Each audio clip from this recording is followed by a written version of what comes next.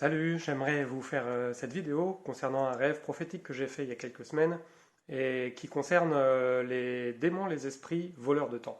J'aimerais vous expliquer un peu ce rêve et les points que le Saint-Esprit a pu me mettre à l'esprit, à la pensée, qui m'aide moi à avancer dans cette problématique et qui, je pense aussi, pourra vous aider.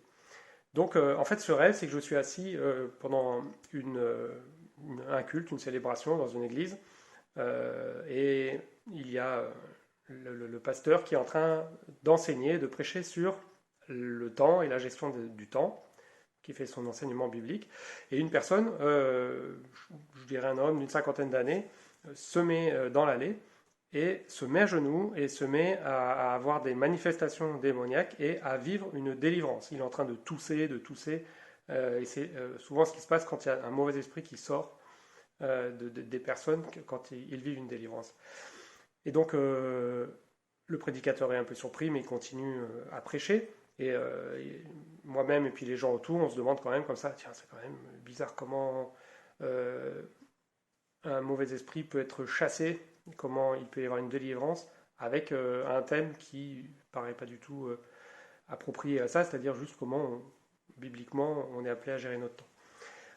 Donc la prédication se termine et le prédicateur demande à la fin à la personne est-ce que ça va. Le prédicateur appelle cet homme docteur et cet homme dit non, appelez-moi par mon prénom. Mais il dit pas son prénom.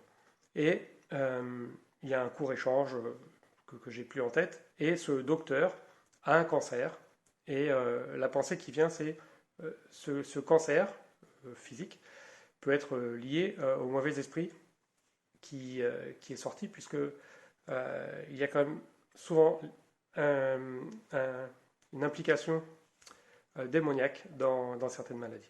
Alors ça c'est le rêve, et je me réveille, et du coup je comprends que c'est un rêve de Dieu, que c'est pas juste un rêve comme ça que j'ai pu faire, mais qu'il y a quelque chose à comprendre. Alors là, je demande au Saint-Esprit qu'est-ce que ça peut vouloir dire, qu'est-ce que ce rêve signifie, et il me vient à l'esprit, euh, en tête, le fait que j'ai des difficultés dans des projets personnels et, et professionnels que j'essaie de développer, où il y a quand même pas mal de résistance, beaucoup de temps perdu à mon goût, et des difficultés à faire avancer les choses, quoi. Et puis, me revient aussi en tête le fait que quelques temps auparavant, j'avais eu cette pensée que j'avais besoin euh, d'être libéré d'une certaine emprise qu'il y avait sur ma vie, mais à ce moment-là, je ne savais pas laquelle. Et donc je fais le lien, euh, entre parenthèses, dans le prophétique, Dieu peut tout à fait donner des indices, des indications qui ne font pas forcément sens tout de suite, mais qu'on va pouvoir comprendre par la suite. Et là, typiquement, c'est ce qui m'est arrivé. J'ai compris qu'il y avait quelque chose de spirituel à traiter au niveau de cette problématique-là, donc on va aller un peu plus loin. Euh, je reprends mes notes pour rien oublier, puis vraiment vous donner tout ce que j'ai pu recevoir. Le Saint-Esprit me fait comprendre à ce moment-là que il y a des démons voleurs de temps. Et le diable, Satan, a son armée de démons hein, qui sont descendus, chassés du ciel, qui sont partis du ciel avec lui, et puis qui œuvrent à faire le mal sur la terre et dans l'humanité. Et chaque mauvais esprit, il y a comme une hiérarchie, et chacun est assigné à certaines tâches, à certaines personnes, pour aller semer du trouble. Et certains mauvais esprits sont là pour nous faire perdre du temps. Aussi simple que ça paraisse, ça a des implications très importantes. Il y a un verset qui est Jean 10, 10 qui dit le voleur qui représente le diable, ne vient que pour dérober, pour égorger et détruire. Et Jésus dit, moi je suis venu afin que les brebis aient la vie et qu'elles soient dans l'abondance. Donc on voit qu'il y a vraiment quelque chose qui est au cœur du travail du diable, c'est de voler. Et en particulier, voler notre temps. Et face à ces attaques spirituelles, il ne faut pas qu'on se fasse tromper. Parfois, on ne se rend pas compte en tant que chrétien qu'on est comme sur un champ de bataille, on se prend des flèches, on a des problèmes, et on se dit ah zut, c'est dommage, les circonstances, le pas de chance. Ah, on ne peut pas tout spiritualiser. Oui, il y a le cours de la vie comme il est, mais il y a aussi le fait qu'on est dérangé, perturbé, oppressé par notre ennemi qui veut nous empêcher, en tant que croyants, de réaliser ce que Dieu a prévu pour nous et de vivre dans l'abondance que Dieu a prévu pour nous. Alors je reviens maintenant sur quelques détails de ce rêve. Le prédicateur n'a pas pris autorité sur les mauvais esprits, il a simplement prêché une vérité biblique qui a mis en lumière la présence d'un démon, qui a mis en lumière ce qui se passait dans l'ombre en fait de cet homme.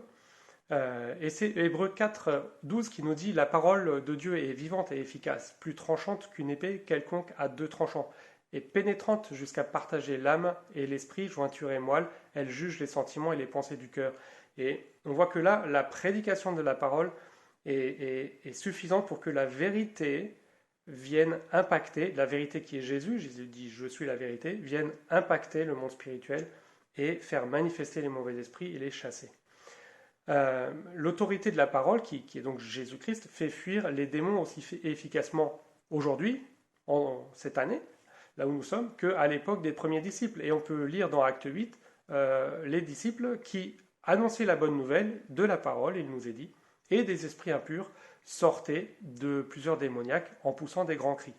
Exactement ce qui se passe dans mon rêve. Et ce que moi j'ai vu se réaliser il y a encore ne serait-ce que quelques jours dans une église où je participais.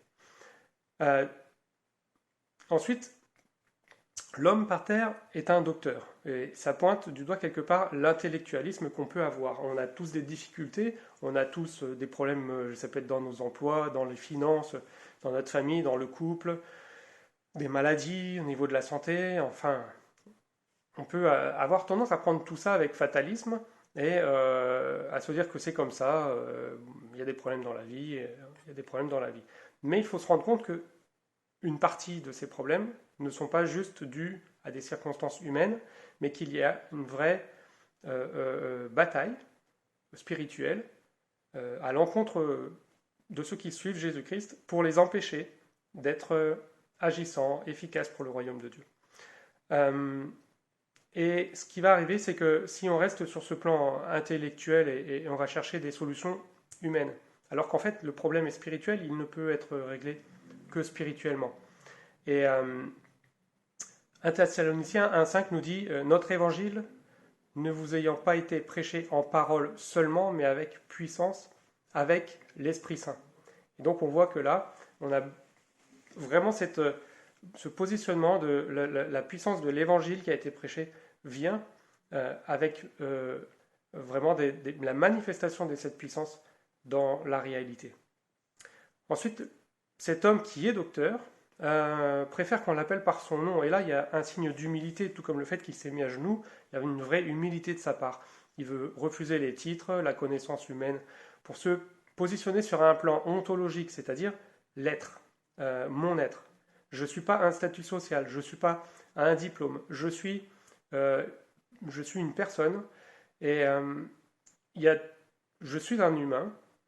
Et dans mon humanité, il y a des choses qui me dépassent, qui sont d'ordre spirituel, et j'ai besoin de Dieu pour m'en sortir, parce que lui, c'est toute chose, et lui peut faire concourir ce qui concerne ma vie vers des choses qui sont bonnes. Alors, dans cette humilité-là, on peut recevoir la délivrance, parce que si on reste dans une attitude je connais, je comprends, je sais ce qui se passe, et je vais m'en sortir, on ne laisse pas pleinement la présence de Dieu et la puissance du Christ se manifester. Et Romains 14, 11 nous dit je suis vivant, dit le Seigneur, tout genou fléchira devant moi et toute langue donnera gloire à Dieu. Et dans ce tout genou, il n'y a pas que les humains en fait, il y a aussi les anges et les démons. Parce que devant le Créateur, Satan lui-même est obligé de se prosterner parce qu'il n'est qu'une créature. Et donc, lorsque on prend cette position d'humilité en se disant je comprends qu'il y a des choses qui me dépassent, mais je sais que Jésus est victorieux et que sa puissance chasse l'ennemi, alors on ouvre notre vie à l'action du Seigneur qui vient nous libérer. Donc laissons de côté l'orgueil et nos raisonnements humains.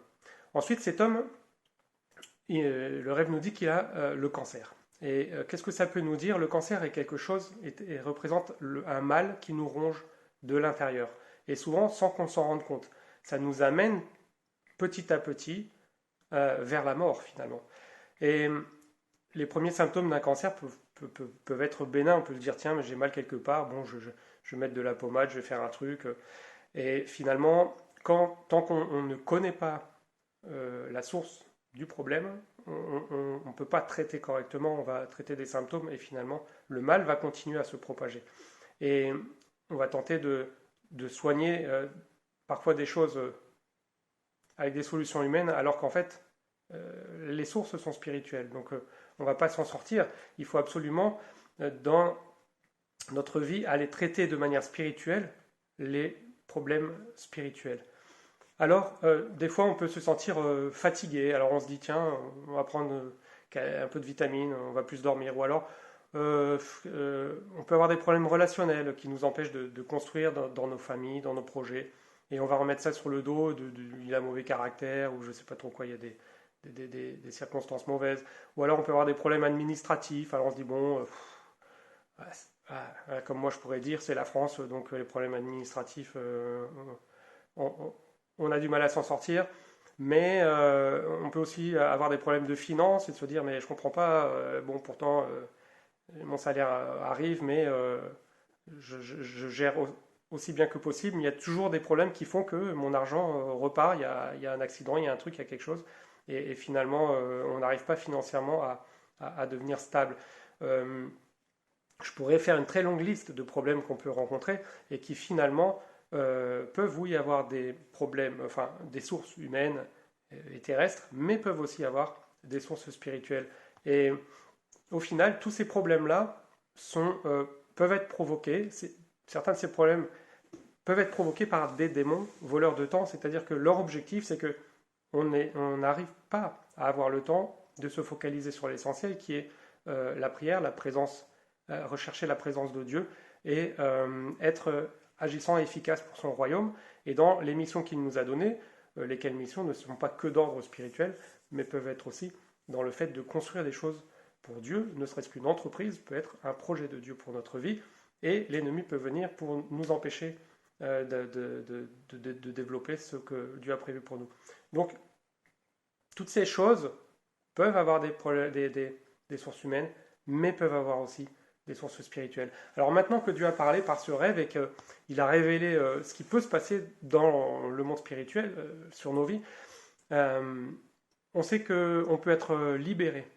Et sans vouloir tout spiritualiser, on va quand même pouvoir se baser sur la Bible, la parole de Dieu, pour prendre un temps de prière et de libération maintenant, en se basant sur Colossiens 2,10 qui dit « Vous avez tout pleinement en lui, en Jésus-Christ, qui est le chef de toute domination et de toute autorité. » Et l'autorité de Jésus-Christ nous libère de ses oppressions et nous obtenons en lui pleinement ce dont nous avons besoin.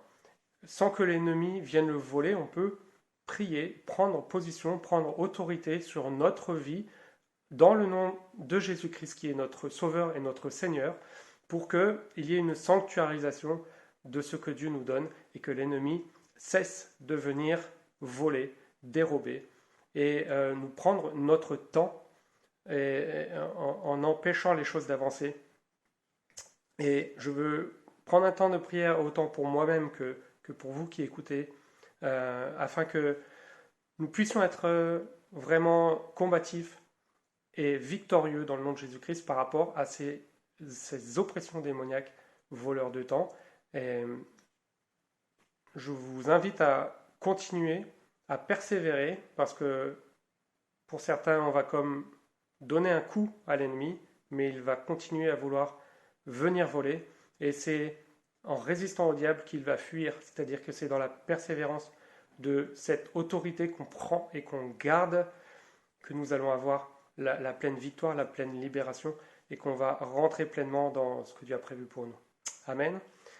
Saint-Esprit, merci pour ce que tu révèles, merci parce que tu viens et tu nous donnes les explications, les sources des difficultés que nous pouvons rencontrer dans nos vies, afin que, au lieu d'être subissants et fatalistes, nous puissions proclamer la libération, la délivrance par la toute-puissance du nom de Jésus-Christ. C'est pourquoi nous ordonnons aujourd'hui, à cet instant, aux mauvais esprits, aux démons qui viennent contre nos vies, de partir, de quitter la sphère de notre vie, de toutes les circonstances, de toutes les relations, de tout ce que nous avons dans le domaine naturel, dans le domaine financier, le domaine matériel et le domaine humain et relationnel. Nous interdisons aux mauvais esprits, nous interdisons à tout démon voleur de temps de venir perturber, de venir détruire, de venir prendre ce qui est à nous. Nous gardons l'héritage qui nous vient de notre Dieu et nous interdisons à l'ennemi de le prendre maintenant. Nous tenons ferme et nous proclamons, et je proclame que nous allons voir les bénéfices de cette prière, de cette prise de position autoritaire dans le nom de Jésus-Christ, par le fait d'avoir des solutions qui vont venir, par le fait d'avoir des relations qui s'améliorent, par le fait d'avoir nos finances qui s'améliorent, par le fait de recevoir du Saint-Esprit des directions pour nos projets, des idées que nous n'avions pas eues, des opportunités, des rencontres qui étaient comme bloquées par l'ennemi, qui empêchaient qu'on rencontre les bonnes personnes pour aller dans la bonne direction. Et je prie maintenant pour la réussite, je prie maintenant pour que Dieu soit glorifié au travers de nos vies et que nous puissions chacun être témoins de ce que le Seigneur nous libère, nous délivre et que nous allons de gloire en gloire, pas pour nous, mais pour le Seigneur Jésus-Christ. Merci d'avoir suivi mon explication, mon rêve prophétique et ce que le Seigneur a permis de comprendre. Et je vous invite vraiment à continuer ce combat spirituel qui est victorieux en Jésus-Christ. Que Dieu vous bénisse.